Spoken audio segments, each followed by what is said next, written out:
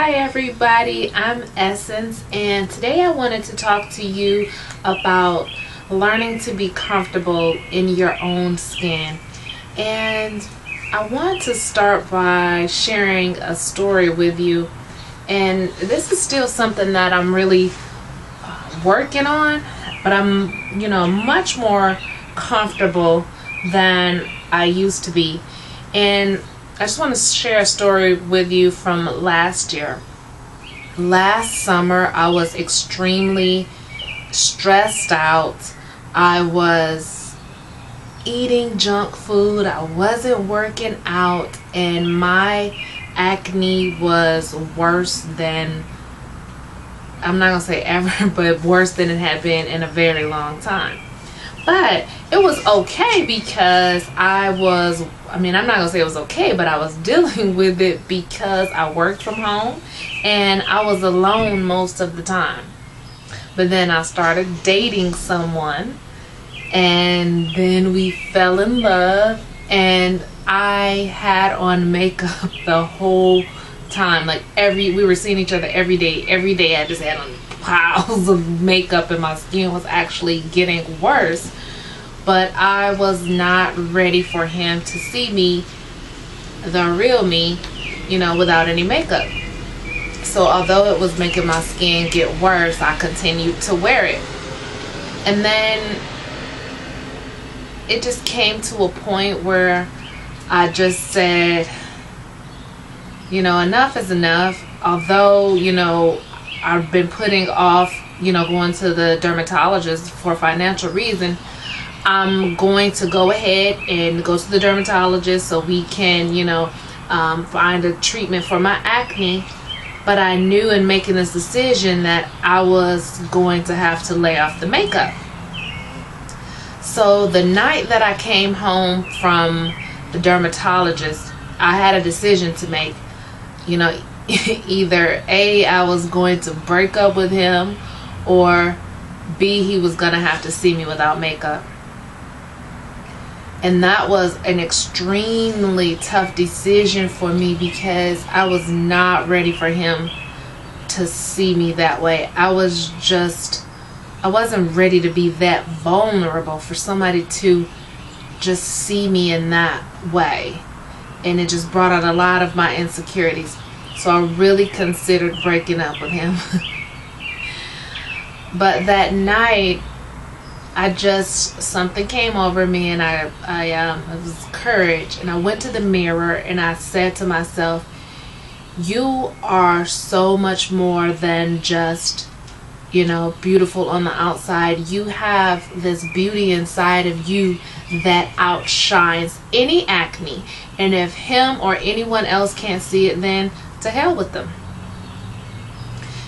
And I walked out the door, and I went over there, and I totally felt like this little girl, like, oh, don't look at me. But I was embraced with love, and he said, you're still beautiful to me. And even to this day, if I have makeup on, he's like, oh, see, you have on makeup, like, you don't need any of that. But for me on the inside, it took some getting used to. It took some getting used to for me to be around somebody that I loved, somebody that I feared judging me. I had to get used to them seeing me in that light of all of my imperfections. Not all of them, but the one that stood out the most to me at that time. And so I just wanted to share that story with you because I think that a part of it has to be, in dealing with learning to be more comfortable with yourself, there has to be some self-acceptance. You have to accept who you are and where you are. And once you begin to accept that, then other people, will accept you as well. So the first tip, I wrote some of the questions and journaling exercises that I had to work through. I wrote them down so I could share them with you. The first one is list 5 to 10 insecurities or things you don't like about yourself. And just be honest, because when you're holding on or harboring these insecurities, they're not hidden. What you do is you project them out onto other people. If you're self-conscious about your weight, then every time you're in the grocery store, you're thinking everybody's looking at you and talking about you because of your weight. You project your insecurities out onto the world. So they're not hidden, so you might as well bring them out into the open. And then the second question is, how can I learn to love and accept these things about me? Because not everything is an overnight, change. Like, oh, I hate my hair color. Well, you could change that tomorrow. But things like, my acne or, weight or whatever it may be, you may not be able to change it instantly like that. So how can I learn to embrace and accept myself just the way I am in this moment? And just intuitively listen to what is coming up, and just begin to follow through on the answers to that question. And then the third one is a question, another question, and I want you to word it like this. And this is only if you want to improve on yourself in a certain area.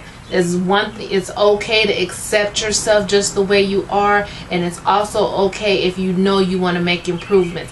So if it's okay if you are not the weight that you want to be, and you accept yourself, but it's also okay to say, I want to improve in this area. I want to begin working out. So I want you to word the question like this. Although I'm perfect just the way that I am, how can I improve in this area? And then fourth, I want you to list 20 things that make you awesome, or 20 things that you like about yourself. And I want you to reflect on this often. I mean, it could be, I'm awesome because I volunteer. I'm awesome because I give the best Christmas presents. I'm awesome because I'm thoughtful and caring. What I like about myself is that I love to read.